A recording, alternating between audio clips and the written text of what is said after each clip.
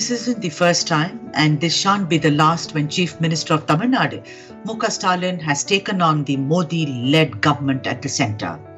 The issue this time around is the non-exclusion of the Tamil Nadu tableau for the Republic Day parade. Hello, my name is Sudha and you're watching India Ahead Digital. Why is Stalin on the warpath with the centre yet again? Many may ask. Let me explain.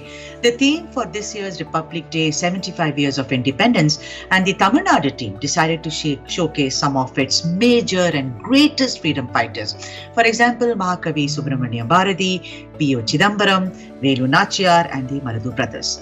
But the tableau was rejected by the Defence Ministry and of course the expert committee, and after due diligence, let me reiterate, they said it very, very clearly. But Stalin was not satisfied. He shot off a strong letter to Prime Minister Modi and said, "I am deeply disappointed that the state of Tamil Nadu has been deprived of the opportunity to participate in the ensuing Republic Day parade. Exclusion of the tableau of Tamil Nadu will deeply hurt the sentiments and patriotic feelings of the people of Tamil Nadu," his letter said. He also added, "This is a matter of grave concern to the state of Tamil Nadu." Let me also explain that the tableaus of Kerala as well as West Bengal have been rejected by the expert committee, but it is Stalin who stood up in defiance against the centre. Hardly surprising if you know Stalin and DMK's politics, which revolves around the Dravidian ideology of federalism and opposition to the imposition of Hindi-led politicians from New Delhi. Stalin later announced that the rejected tableaus will be showcased in Chennai and will be taken around in several parts of Tamil Nadu, and also added that Tamil Nadu's freedom struggle predates 1857 clearly, once again sending out a strong message to New Delhi. The other recent issue which made MK Stalin see red was the delay in getting the anti-NEET bill ratified, which required the Tamil Nadu governor R.N. Ravi to send it for president's assent. Stalin was reiterating what his senior colleague T.R. Balu had said, and rather strongly, that the governor should perhaps resign, as he had dithered over the issue for almost a year. Later, when a TN delegation sought an appointment with Amit Shah, they alleged that they were made to wait for days and denied an audience. Stalin rose up yet again and accused the denial as anti-democratic. Let me now take you through the long list of issues when Muka Stalin pushed the centre back, and this despite the fact that Tamil Nadu is as much dependent on the centre for financial assistance and support as are other states. First, the national education policy, under which the centre insists that there should be 2 Indian languages. The DMK refused, calling it yet another attempt to impose Hindi on Tamil Nadu, and boycotted the HRD's ministry's virtual meet on NEP. Then came the contentious issue of NEET, and something the DMK had promised during its election manifesto. They said they will abolish it, owing to several cases of students' suicides. Tamil Nadu Higher Education Minister K. Ponmudi echoed what their Dalapati Stalin had said. Tamil Nadu would conduct the entrance test, if required, to medical admission on its own for the colleges under the control of the state.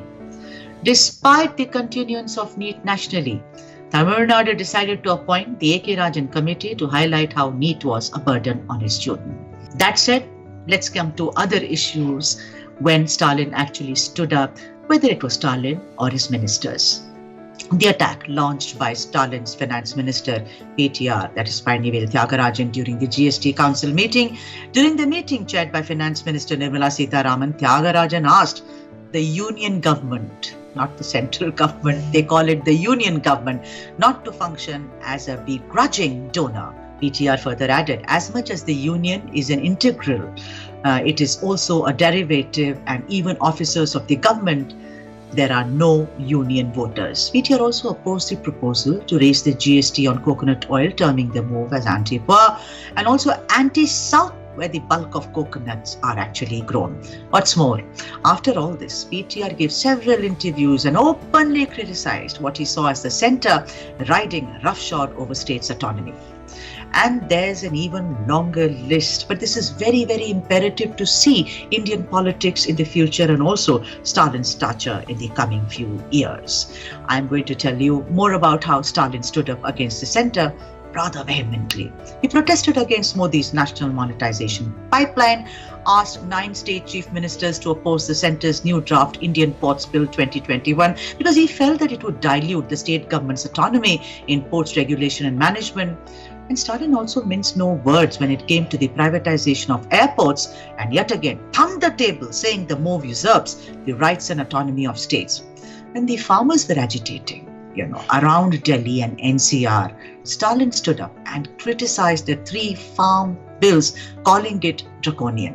Finally, there is no doubt that Pinarayi, KCR and at times even Jagan Mohan Reddy take on the centers on issues like supply of vaccines, paddy procurement, more incentives under PM Gati Shakti project, all of course in an effort to secure the rights of their respective states.